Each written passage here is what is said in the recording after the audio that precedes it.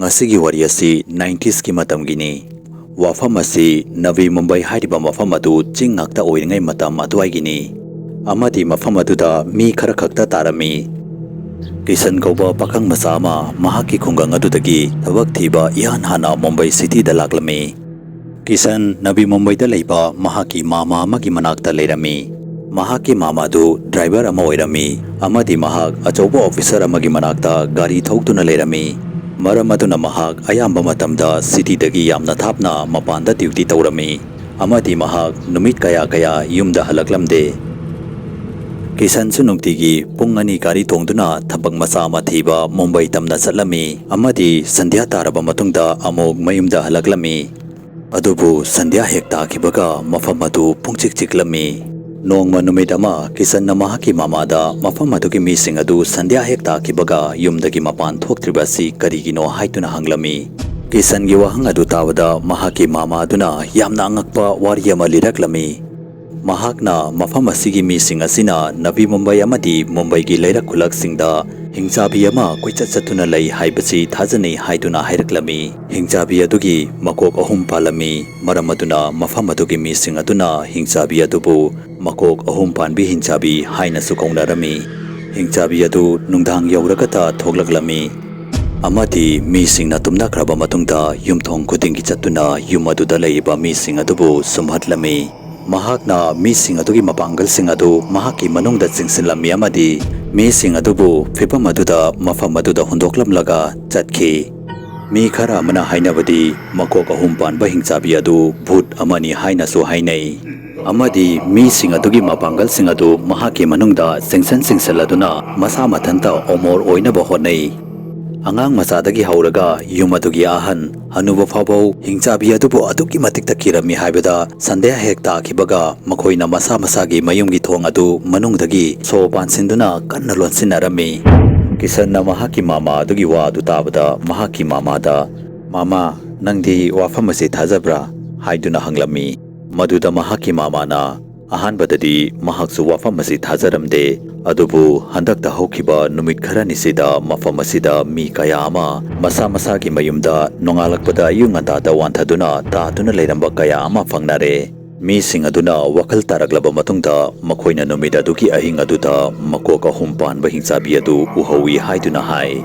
Aduta sunatana mafam adugi local newspaper singdasu Hinchabi adugi maramda iba fangnaba yaunare. Kisan na mahaki mamagi wari adu tabda yamna nungairami amadi ngaklami. Adubu mahakna wari adubu thajaramde amadi mahaki kada tumba janglami. Numit kharanigi manungda kisan su thabak macha ama fanglami. Nong manungthang ama mahaki thabak na maram oipana kisan mayumda yamna thengna halaklami. Chaurakna ahingi pung ama muktarami. Mahaki mama su duty na maram oipana mayumdagi mapanda leirami. Numidadu kisan yamna warami maramaduna mahak fabungda hippaga tumthakiba khanghaude. Adubu ngaihak leiraba matungda yum adugi doorbell adu khinglaklami. Doorbell adugi makhol adu tabada kisan khara pakhatlami. Maramdi mamangaida nahangai yum aduda ahing athengbada kanamata laglamde. Mahakna kina thong adu hangdoklubada mahaki mamangda mahaki mama leptuna leiramba uki. Adubu mahaki mama gi mong adu mahoksaga manaramde. Mahak thong atugi mapanda leptuna kisan bu munna yengduna chap leptuna leirami. Kisan na mahakpo yum atugi manungda kauksilami.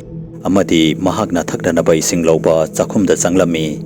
Matam adu ahingi pung ani muktarami. Kisan na chakhumdagi hekthoklapaga mahaki makhutta pairamba ising glass adu nanthokhtuna taki. Mahaki mama aduna lebliba adugi hek mamangda mixel ama leirami. Mingsel aduda mahakna mahaki mamagi mahutta Makok Ahum Panba Hinchabi adu leptuna leiramba uki. Kisan na Hinchabi adubu hek ubaga masa adu yamna pakhatlami. Amadi mahaki ka manungda chensinkiduna ka adugi thong adu thingzalami. Ngaihak leiraba matungda kisan gi ka adugi thong aduda yamna kanna yairaklami. Makhon adu tabada kisan kimankiduna masa adu humangna punglublablami. Adubu mahak kimankiduna thong adu sungang hanglamde. Ngaihak leiraba matungda thongda thilakpa adu khanglep lepki. Maduda kisanna kina ka adugi thong adu hangdoklami. Adubu yum adugi manungda mahakna kanamata leiba uramde. kisan na ikhang kangaudana ka adugi manungda nupi amagi makhol taraklami. Kisan. Khonjel adu tabada mahakna kina maning leithoklaga yenglami. Makok Ahum Panba Hinchabi adu mahaki mamangda leptuna leirami. Hinchabi aduna kisan bu yenglaga kanna nokpa horaklami. Kisan na mafam adudagi chengi haiduna honarami adubu mahakna honariba adu karimata kanaramde.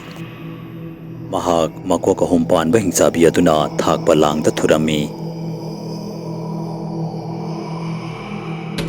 Mathangi namit nongalaba matungda mahaki mama na yumda halakpada mahak na kisan wanthaduna leimaida taatuna leiramba fangnakhi. Amadi kisan gi hakchang pumba adu taifet tarami. Ngaihak leiraba matungda kisan na wakhal taraklaba matungda mahakna mahaki mamada ngarang ahing mangonda thokiba thokdok adugi maramda loina tamki.